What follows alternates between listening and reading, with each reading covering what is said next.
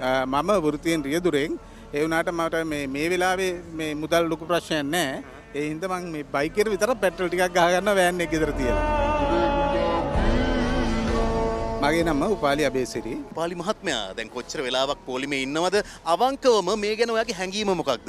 මේකයි ඉතින් මේක අපේ ප්‍රශ්නයක් නෙමෙයි. මේක ලෝකේ ප්‍රශ්නයක්. ඉතින් අපි තේරුම් ගන්න ඕනේ මේක කොහොමද මැනේජ් කරගන්න ඕන කියලා. මේක තෙල් ගොඩ ගහ ගන්න නැතුව අපි ප්‍රමාණයක් කරන් ගමන් බිමන් අඩු කරලා අපි මේකට රටට දෙන්න ඕනේ සපෝට් එක. විසඳ ගන්න පුළුවන් ප්‍රශ්නයක්. අනිවාර්යයෙන් විසඳ ගන්න පුළුවන් අනිවාර්යයෙන් මේ ප්‍රශ්නේ. මේක මේ කලබල වෙලා කරන්න බෑ. මිනිස්සු ගෙවල් වල තෙල් ගොඩ ගහගෙන මේ අනවශ්‍ය ප්‍රශ්න ඇති කරගන්නවා.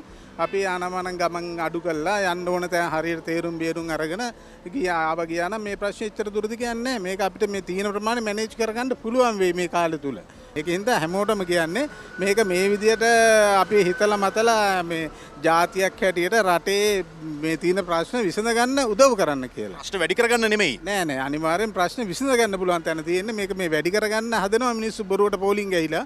එහෙම නෙමෙයි QR එකට ගහගත්තා තමන්ගේ වැට් ටික කරගත්තම ප්‍රශ්න ඉවරයි. මේක මේ සහයෝගය දෙන්න ඕන රටේ මිනිස්සු හැමෝටම මේක කරගෙන යන්න පැහැදිලි විදියට. එදා වේලට සල්ලි හොයන මිනිස්සු අපි අතර ඉන්නවා. ඒ වගේම ගොඩක් දුක් විඳින මිනිස්සු ඉන්නවා. ඒ අයට අපි ප්‍රමුඛ ස්ථානයක් දෙන්න ඕනේ කියලා මගේ හැඟීමක් තියෙනවා. ඔයා මොනවද ඒ ගැන කියන්නේ? අනිවාර්යෙන් ඒක වෙන්න ඕනේ. මේ මිනිස්සුන්ට වැඩි ප්‍රමාණයක් දෙන්න ඕනේ. ඒගොල්ලෝ ජීවත් වෙන්නේ ඒකෙන් නිසා. ඒක හැමෝම තේරුම් අරගන්න ඕනේ. ගෙවල් වල ගිහලා ගොඩ ගහ ගන්න නැතුව මේ ප්‍රශ්නෙට රටට උදව්වක් කරන්න ඕනේ. ඒකයි වෙන්න ඕනේ දැන්. ඒ තත්ත්වයට අපි කොහොම හරි මුහුණ දෙන්න ඕනේ. දැන් ඔයා මේ තෙල් ගහන්න ආවේ කොහේ යන්නද මොකක්ද කරන රස්සාව? මම වෘත්තියෙන් රියදුරෙන්. ඒ වුණාට මට මේ වෙලාවේ මේ මුදල් ලොකු ප්‍රශ්නයක් නැහැ. ඒ හින්දා මම මේ බයික් එකට විතර පෙට්‍රල් ටිකක් ගහ ගන්නවා වෑන් එක ගෙදර තියලා.